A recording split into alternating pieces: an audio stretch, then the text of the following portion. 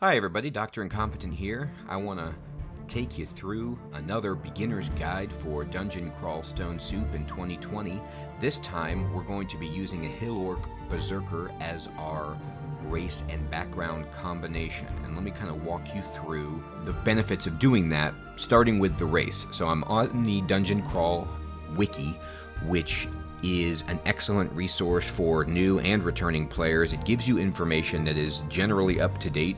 We are playing in 2020 on version 0.24, so this version of the page we are looking at is up to date with the latest stable release, so it'll have a green bar on the wiki page if it's up to date, and sometimes even pages that have not been updated are still fine because the game hasn't actually changed that particular part that you're looking at, and so the information is still valid. But anyway, this is all current and applicable with the current version of Crawl. So why Hill-Orc as a starting option, you may be wondering? Well, Hill-Orcs are amazing if you want to be a fighter, if you want to be up close and personal, wearing a lot of armor, swinging big weapons, and tanking. This is your one of your primary choices. I've already done Minotaur, which is another excellent way to go, but I want to make some, noise here for advocating for Hill-Orc as an alternative to Minotaur. Minotaur is excellent, extremely strong, but Hill-Orc is more balanced, and let's see what that means. So,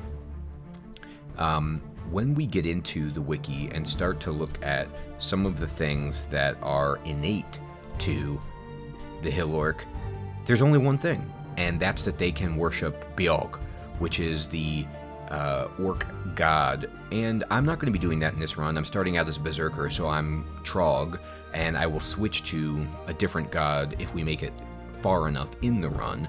But this is a fun thing to do if you want to try out having Beog's power, and most specifically, at least for me, it gives you a chance to use Smite, which is an outrageously powerful ability in the hands of your enemies. It feels a little bit less whelming than if you are a player using it, but it still can be fun, and it's the only way that you can do that. So if you want that flavor, if you want that experience, go for it. But we're going to be going Berserker, so we already have a god, so we aren't going to be converted. And why choose Hill-Orc and Berserker? Okay, well, let's look. Hill-Orcs have a base strength of 10, an intelligence of 8, and a dexterity of 6. And this is before background modifiers. So if you start out with Berserker, say, like we are, you're going to get have a lower intelligence to start with. But because Hill-Orcs are more intelligent than Minotaurs, it's not a debilitating sort of situation where you are on death's door with intelligence out of the gate. And so because you have more balanced stats, you can take the hit for being a Berserker and still think about using magic later in the game if you want to. So they get 1 strength every 5 levels. They get 10% more hit points than other classes on average, which is great for a tanky type person, and they have pretty normal magic resistance per level. Now, the cool thing about Hill-Orc is that's it. They have no innate weirdness, they have no major drawbacks. They don't have the big highs of, say, a troll or a Minotaur when you're talking about strength, but they also don't have the big drawbacks. So they are more medium, they're more in the middle with respect to those, and yet, in my opinion, I actually like this style of play better because you have more options on the table. So they're rated by the game as being simple in terms of difficulty of play. And when you're starting out, this is very important. You want to pick a race that is in the simple category because the game is so hard that choosing something in intermediate or advanced, while extremely fun and educational, will most likely result in an early death due to all of the ins and outs that you have to learn to min-max with that particular race. Hill-Orc is not like that. Hill-Orc is very straightforward, kind of like Merfolk in one of my other runs, where they don't really have, they're just in the middle. They don't have huge minuses, they don't have huge gains, so there's no hidden surprises. Now, the thing that is cool, though, in specific contrast to Minotaur, is that Hill-Orcs are better at using magic and at using invocations than, for example, a Minotaur, as the wiki explains. And that's cool because later in the game, you can be more of a hybrid, or, you know, just at least dabble in spellcasting and use your god abilities to great effect. Now, it is worth mentioning that invocations don't affect Trog at all, so you don't have to worry about that early game training invocations or even your aptitude for invocations. But later in the game, if you want to switch gods, invocations will become more important. Now, let's just look at the skill aptitudes here. This is where, at least for me, the money is with the Hill-Orc. Look at their aptitudes with respect to the things that you want to do as a melee type character.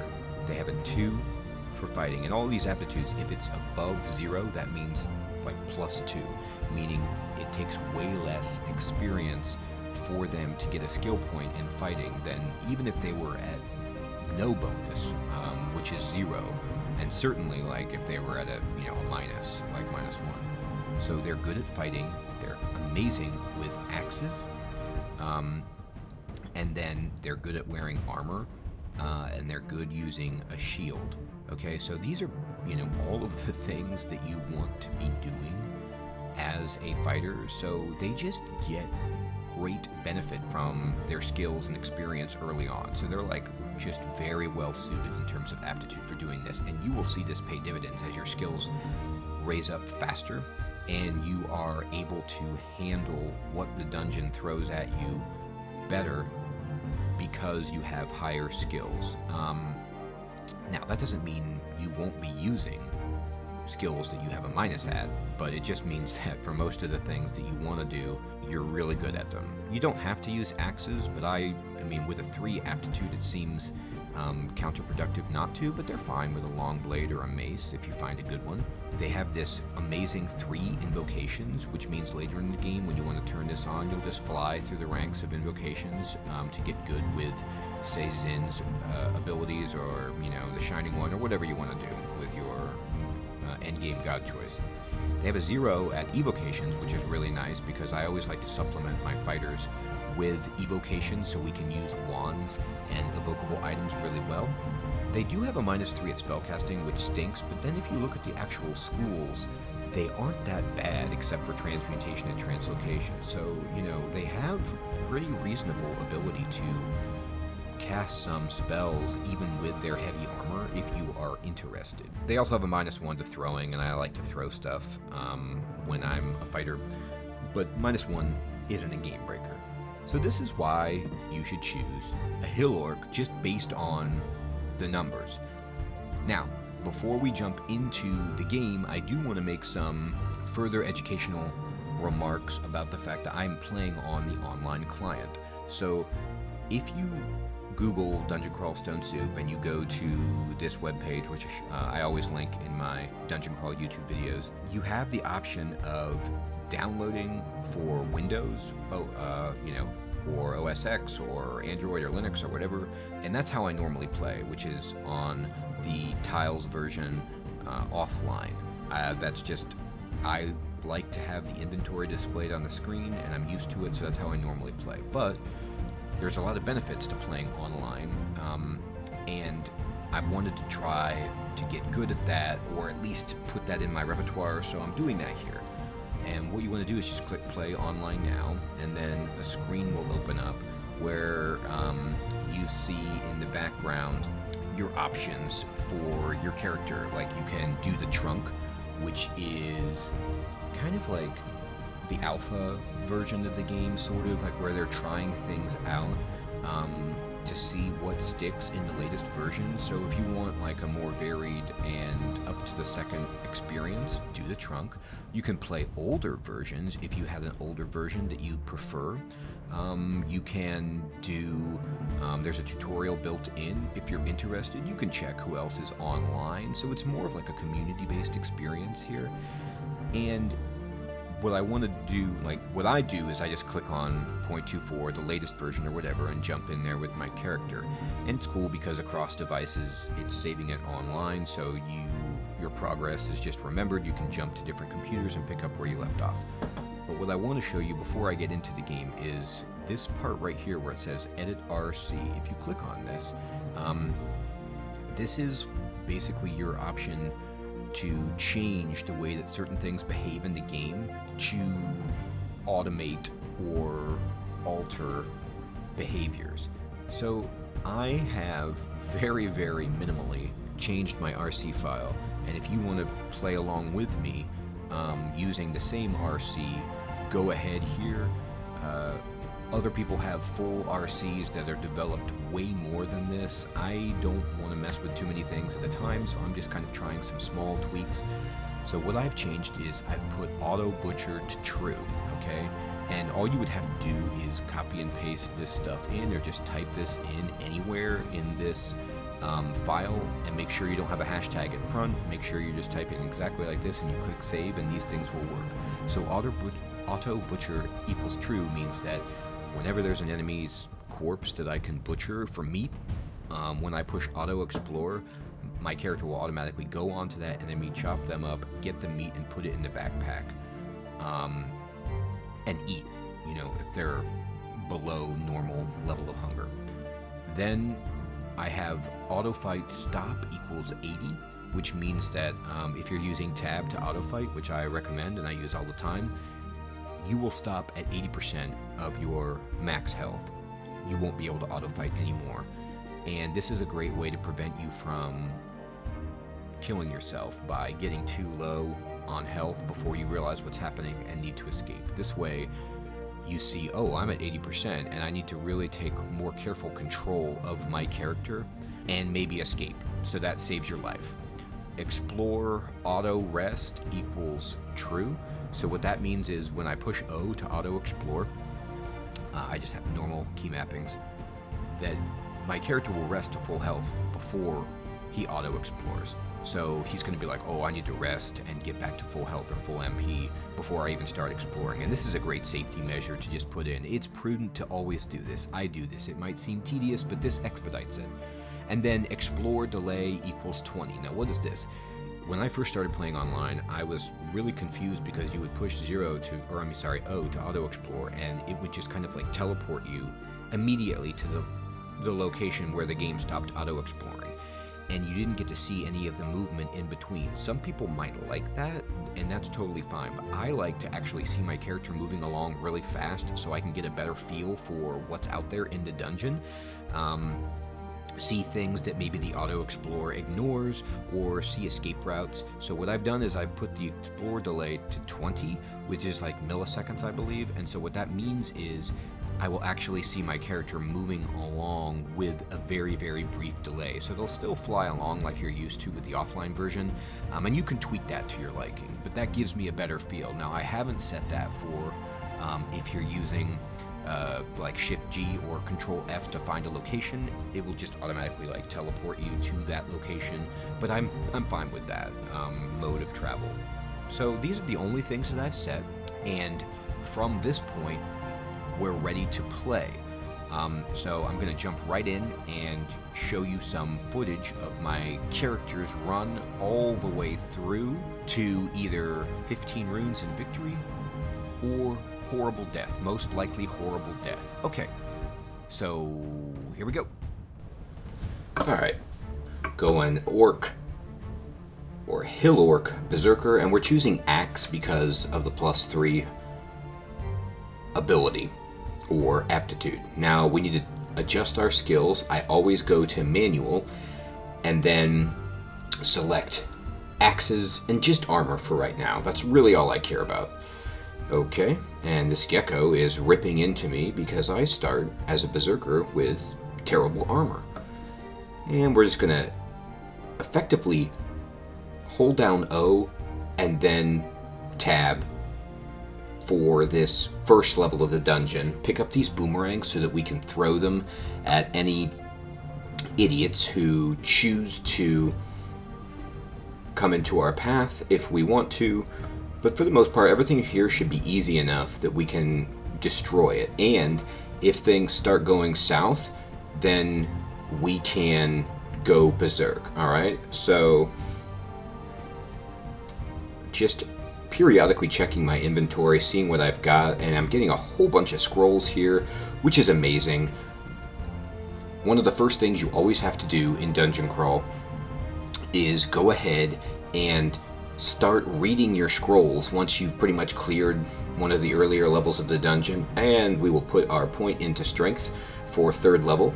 All of our points are pretty much going into strength. You can see I only got intelligence -1 for going background berserker, and so because the base of the Hill-Orc is 8, my intelligence is 7, which is fine. I should be able to increase that by getting some gear later in the game, and really I only want to have it around 10 unless I plan on casting spells. Now I've got some armor that I've thrown on myself, and I want to keep upgrading my armor. I've got leather armor on right now. Oh, okay, and then we got some ring mail, which is really nice upgrade for us so that we can have higher base armor and still be able to evade and function optimally without having a high armor skill so far. So we got a nice 20 strength and a 10 dex. Our evasion is still our primary defensive skill for the moment, and that's fine. Picking up some potions. And remember, like I said, I'm playing online, and so my inventory is not displaying in the lower right quadrant, which I'm used to. Ooh, here's some gloves. So periodically you want to just check your inventory like I'm doing here to make sure that you know what you even have on you, what you've picked up because of auto explore, because it can move really quickly. There can be stuff that's stacked, so you can see all your scrolls, you can see all your potions that you need to deal with, and also any gear that you're looking for. So we're up to a 6 armor class here, and I'm using Control F to search and just seeing if I've found any better axes at the moment, because you start with a hand axe, which you want to replace as soon as possible. So let's see if we can get ourselves a better axe. That's definitely on the agenda. There's a sling, and a sling is very strong early game, but I don't want to mess with it simply because I don't like unwielding my main hand weapon, putting on the sling, and then switching when things get in range. I prefer just throwing stuff like my boomerangs that I have. Now I'm poisoned and I'm fighting a worm, so there's no point in messing around. Let's just go ahead and go berserk, okay? So remember, you push A to bring up your Trog god abilities, and then you push A to go berserk. You can start doing that right out of the gate, level 4, with Trog, and that OSB or oh shit button is one of the reasons why I love Trog, because it'll get you out of most jams as long as you use it early enough in the encounter. So I like to, at 75% health or something like that, if it looks like I might need it here, just use it unless you find yourself in a situation where you feel like you can't escape. Because after you come out of Berserk, as you just saw right there, you become slow, which is terrible. You move slower, you attack slower, and you have that minus Berserk debuff in yellow, which means that you can't go Berserk again. Now here, I'm just blind reading some scrolls, just so I have a sense of what scrolls that I have. Okay, once you feel like you've got enough of the area explored and you're strong enough, then blind read some scrolls so that you can find your key scrolls and use them when you need to.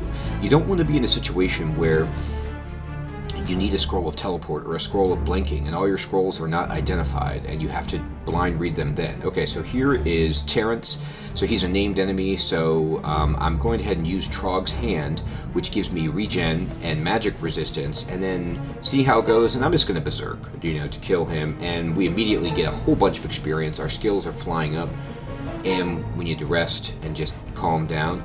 Now, you saw a moment ago when I was blind reading my scrolls, I found a scroll of Identify.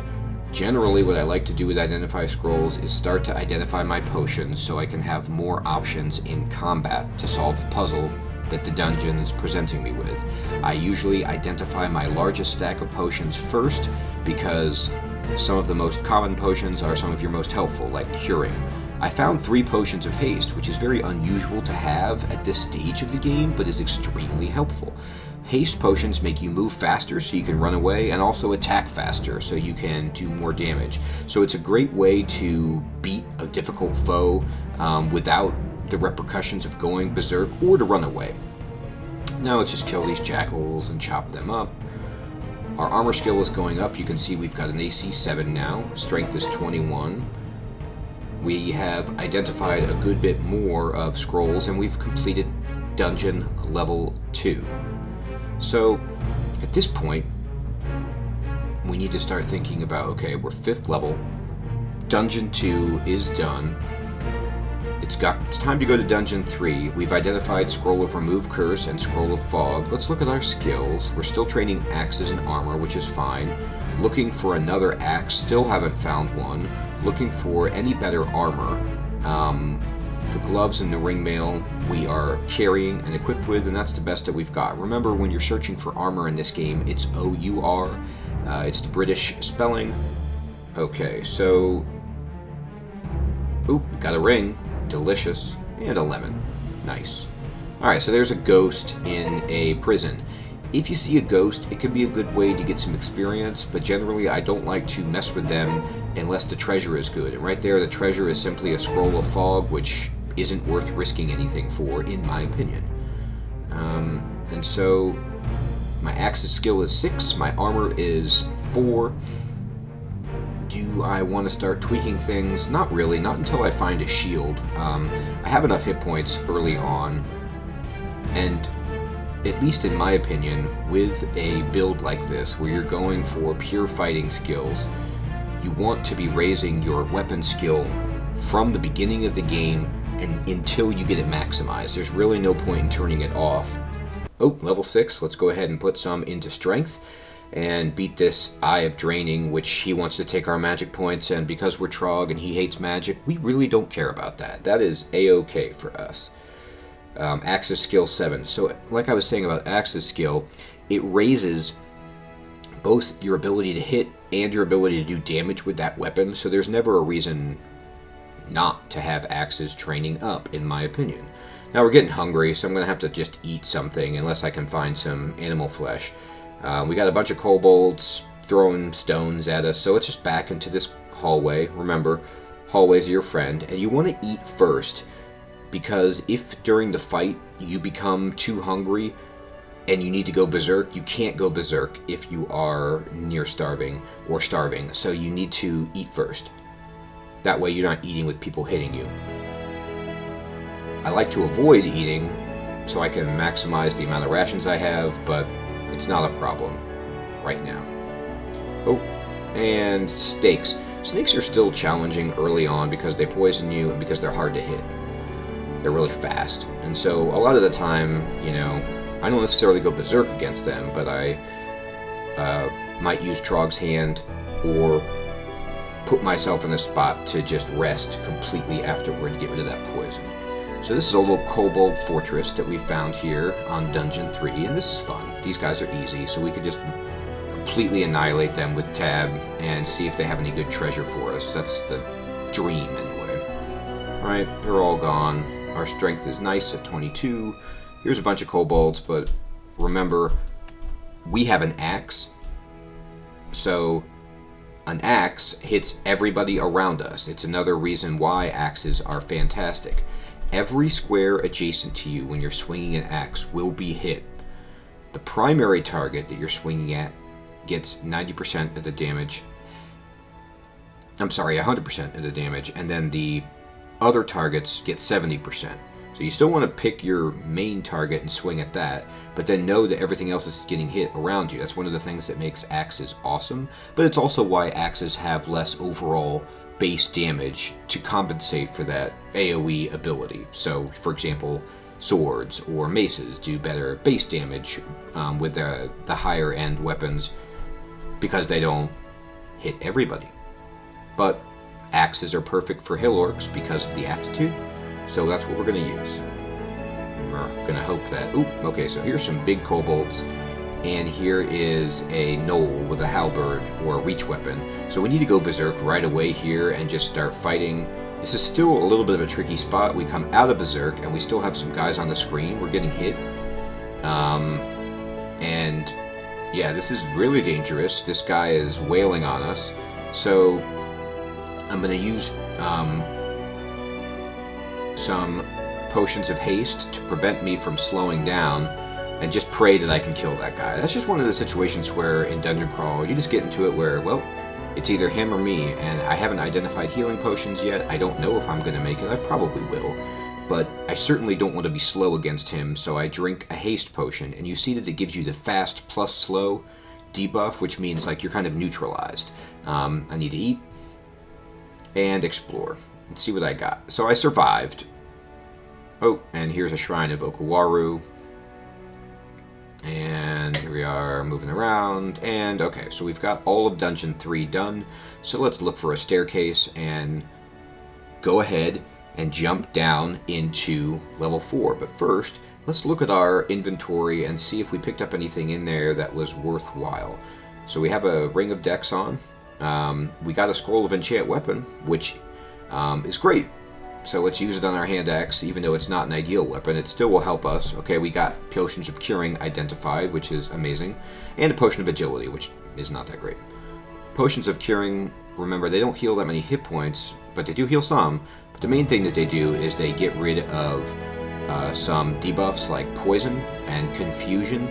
So they're really, really useful for situations like that. Still haven't found a shield yet. That's one of the drawbacks of going Berserker, is that you don't start with good armor and a shield, but you do start with the ability to go Berserk and very quickly use Trog's hand. So I kind of tend to believe that it's worth it.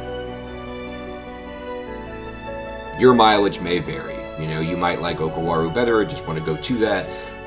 But I like Trog, and he's usable very, very far into the game. If you're going just a 3-rune victory, you can use Trog all the way through that and be fine. Now, what we're looking for here are to fill out some of our other inventory slots. We certainly need a better axe. We don't have boots, we don't have a cloak, we don't have a helmet. We don't have decent body armor. We need a shield. And that's what we'll look for in the next episode.